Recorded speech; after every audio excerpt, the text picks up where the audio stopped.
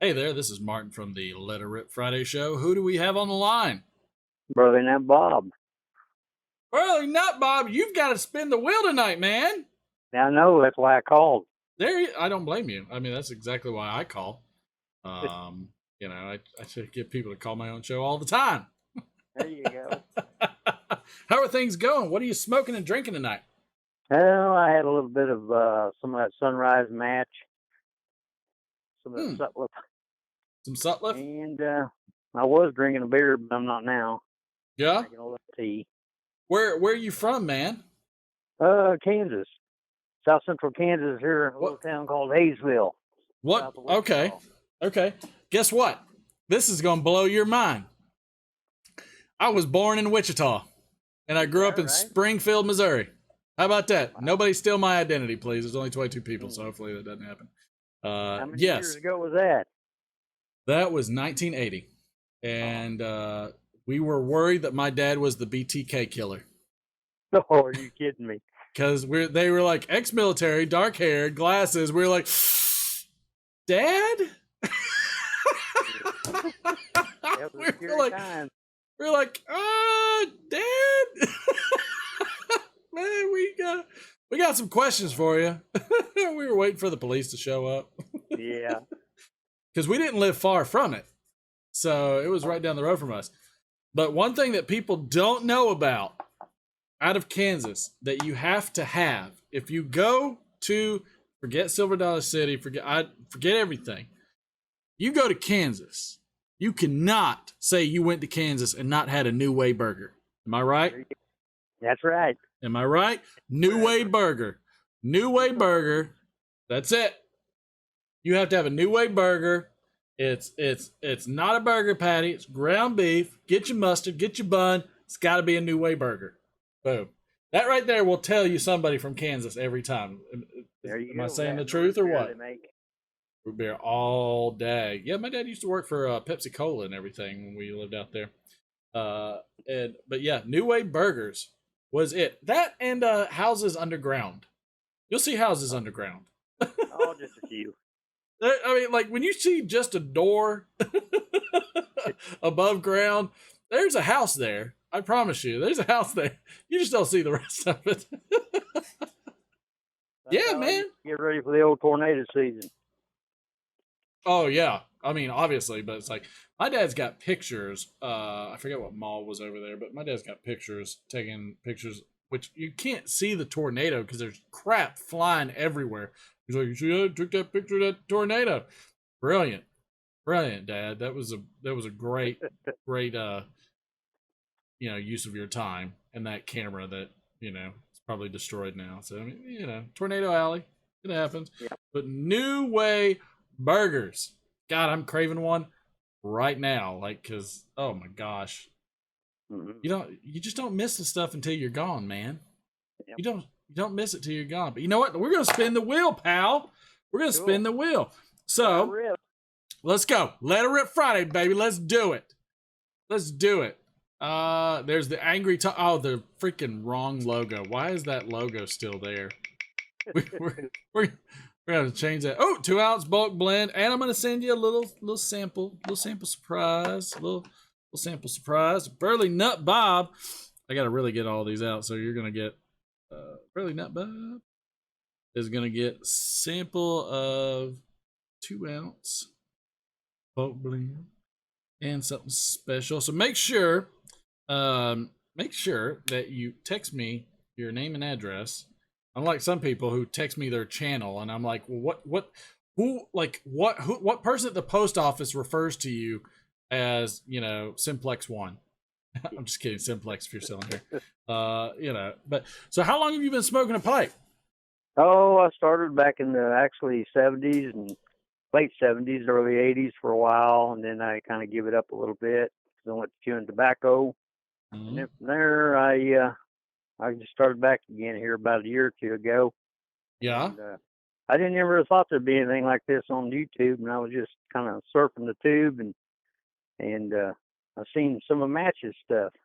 Oh, man. Oh, heartbreaker. Oh, you're killing me. Oh, yeah, man. I I was happy for him, man. He was going to get to retire, and I was looking forward to it, and so was he, I'm sure, but it didn't happen. Well, he retired. He headed to the happy hunting grounds a little bit earlier than the rest of us. That's all. And can't wait to smoke a pipe with him one day. But yeah, I mean, like that's you know, I was extremely surprised too, seeing the pipe smokers on here. I actually got on from Brad from Stuff and Thing. It is funny because I was watching something silly like one of my kids' games or something like that, and somehow got on Brad Stuff and Things plays. Then got to Brad Stuff and Things, and then I got on to who's one of my all-time favorites, Mutton Chop Piper. There's just something about Mutton Chop, and God, if somebody has his number, I'm gonna call that dude. And I'll give him my laptop. Tell this guy to get back to making videos because I loved his videos. You know, and then of course matches and everybody, and it's just a lot of fun. Yeah, this YTPC is pretty cool because I'm just like a big brotherhood of love, man. That's all it is. I mean, all like we look out for each other. We have a ton of fun. You know, nobody, and this is the thing. I would put up the videos and the content and, you know, the viewership and everything. I'd put it up against any other category that's out there, and I would still pick this sucker because, you know, every other category I see is just filled with greed and I want this and I want that, and you know, I'm making money off of this and that, and I'm like, we ain't making money. We're making relationships, we're making friends, we're making, you know, people that are having fun and giving good entertainment and some information once in a while. I mean, it's like we're giving way more than what I feel I get from other communities. And I watch a lot of those other communities. I watch them, but you know, I ain't gonna scramble for those guys. I'll scramble for people here in the YTPC, but I ain't gonna go out there and go out of my way for those other people. It's a tight knit community, and I hope it lasts. And I hope people get out there and really push lots more in terms of content and everything else. I mean, I've been watching NJ Piper. I've been watching my little mandolin player over there, Matthew, and like I love the fact that we're seeing more content. And that one of the things that Mike from Briar Blues, if you caught Cane Rod Piper's live stream, one thing that Mike was talking about is that you're going to grow in your ability to record and view and stuff like that. And nobody needs nobody needs this setup. This setup is not going to take you to another level that you want to be. What takes you to another level, like Mike was saying, was that consistency, putting out videos, put them out over and over and over again, putting the work in, doing all those things. But I'll tell you, everybody should create a YouTube channel. Everybody should present, because you're going to grow as a person. You're going to learn how to talk in front of a camera. You're going to learn how to talk with specific, you know, inflection in your voice. You're going to learn how to be a bit organized, unlike me, who just kind of go from the seat of his pants sometimes. But you're gonna learn things, and you're gonna get in a comfort level that you never knew. Like, I can watch now today, after every live stream that I watch, or after every live stream that I record, I watch the live stream. I watch every one of my live streams, and I don't have a problem watching myself. Like, it's not off-putting, it's not bad. My wife, she's a pretty sweet sounding lady and everything. She hates the sound of her own voice. And I understand, because I hated it too when I first started watching. I hated editing my own videos. Eventually that goes away. And what happens is you start getting into your own, and you start really producing at another level. The next level is after time. And I'm a big proponent. When I talk to my kids about playing sports or getting good grades or whatever it is, I always ask them, how much time did you put into it? Because the amount of time you put into it versus that other person is going to say whether you're going to be ahead or not. And so you got to put in that time. You got to put in that work, and you're going to grow. And I'm telling you, like, if you want to grow to where you're better public speaking, better at grammar, at reducing your ums and ahs and things like that, you're like, this is what you should do. You'll get there. By the way, also, editing videos, I'm messing up my clone. Editing videos is way easier than doing live streams, because live streams are one take and that's it. I can edit a video where I look like a jackwad of all trades, and I can come out smelling like roses on some of those videos just from the edits. So, definitely do live streams too. Live streams are, they're harder. They're harder to do. You don't get as many views. You don't get as much, participation and stuff like that as you would producing videos. But I think it's necessary. I think our community needs the live streams as part of the relationship building process, and just kind of having some fun, right? Right. I like it. So since I rambled for 20 minutes, how's your day going? Oh, it's not too bad. I tell you, I was going to say that I've picked up subscribers, and I don't even have a video yet.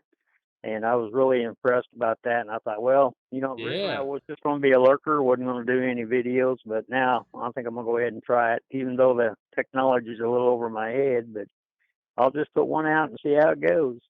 I'm telling you, like, just doing, I promise you, like, I used this phone from the beginning. This phone is what I used from the beginning. Now, I'm just, there are things that I like to do. I don't know. Call me weird, call me whatever. But I like, when I get started rolling with something, I will get bored very easily. So I have to change things up. So that means getting new cameras, getting computers, getting whatever. Like, I am just of a mind that I like to see what things do. And when I got this camera and I thought the kit lens was going to work, I was like, this thing's great. And it didn't work. So then I bought a green screen. And then I bought some other stuff. And I was like, no, I still don't like it. Then I bought another lens. And I like this lens because it blurs my background and does that nice blurry thing back there that I wanted, the green screen. I mean, there's just so much. But that's what I like.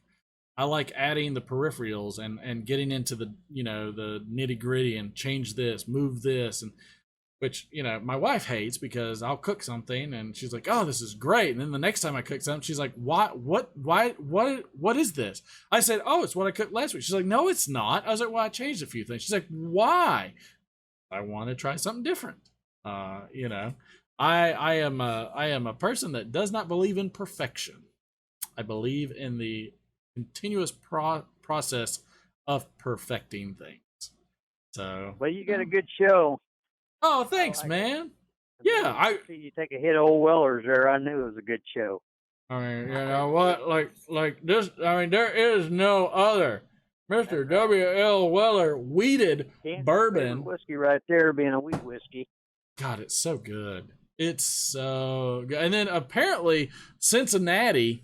Apparently, WKR Piper just gets whichever Wellers he wants. It took me an act of Congress and convincing my brother-in-law that I would get him a smoker for his birthday to get like a Weller antique bottle. And I'm pretty sure WKR Piper in Cincinnati got like an antique, a 12. Like, he's already stocked up. I'm like, what? What? No, that's not even right.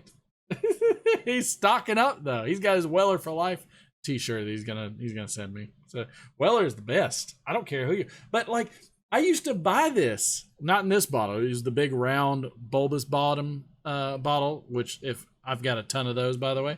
I used to get this for $13 a bottle. Now Buffalo, now it's more expensive than Buffalo Trace. Right.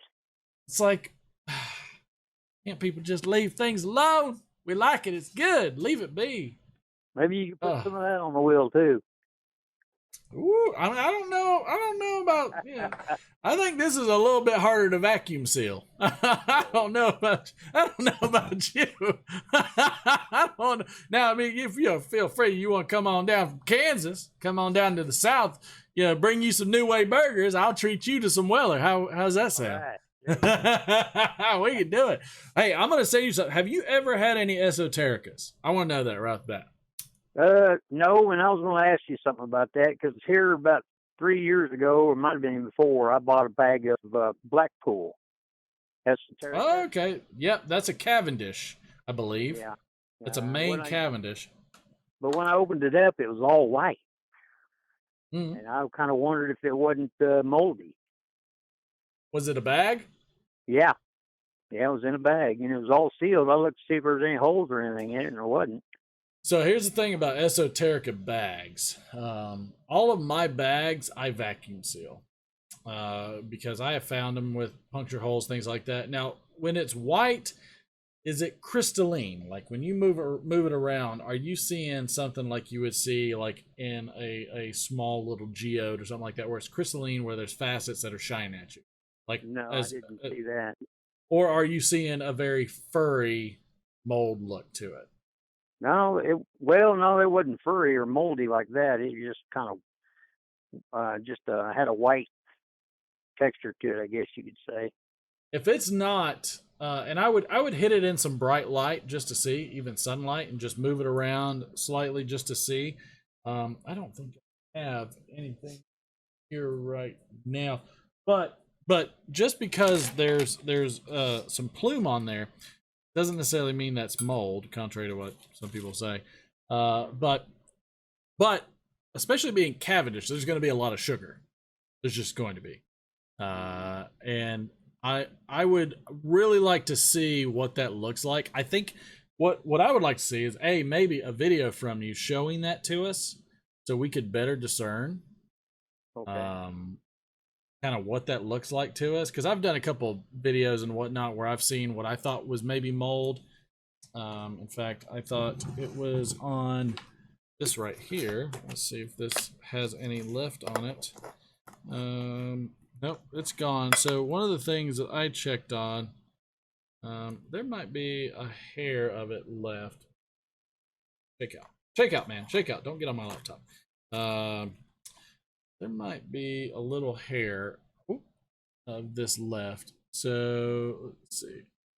So right there in the dead center, right here, there's a little bit, and I'm gonna try and get some reflection off of it. But I thought that might have been mold, and it's not mold, so I wouldn't worry about that. One of the things is that somebody told me if you lick your finger and